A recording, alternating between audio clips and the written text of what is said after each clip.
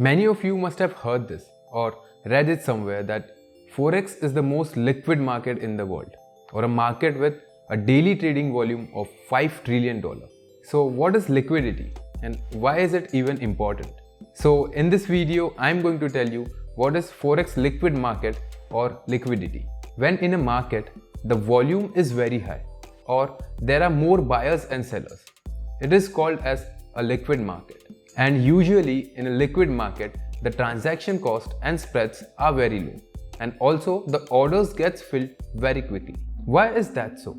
To understand this, you just have to understand how trading or buying and selling works. Like in our regular lives, when we want to buy something, there need to be a person who wants to sell. And when we want to sell something, there needs to be a person who wants to buy. If we want to sell something, and if there are not enough buyers in the market, we will have to lower the price to attract more buyers, and vice versa. The same thing is true with the Forex market.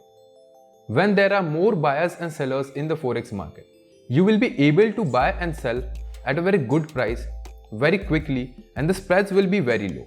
And when there are very few buyers and sellers in the market, you will not be able to buy or sell very quickly, you will not get good prices, and the spread will be wider than usual.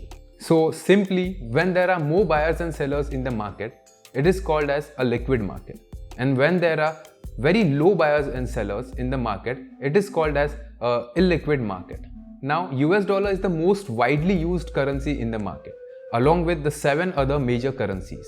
And as it is very widely used, more people buy and sell US dollar, meaning that there are more buyers and sellers in the market. And this is the main reason why most of the major pairs have a very high liquidity as compared to the minor pairs and the exotic pairs. Now, talking about the importance of liquidity.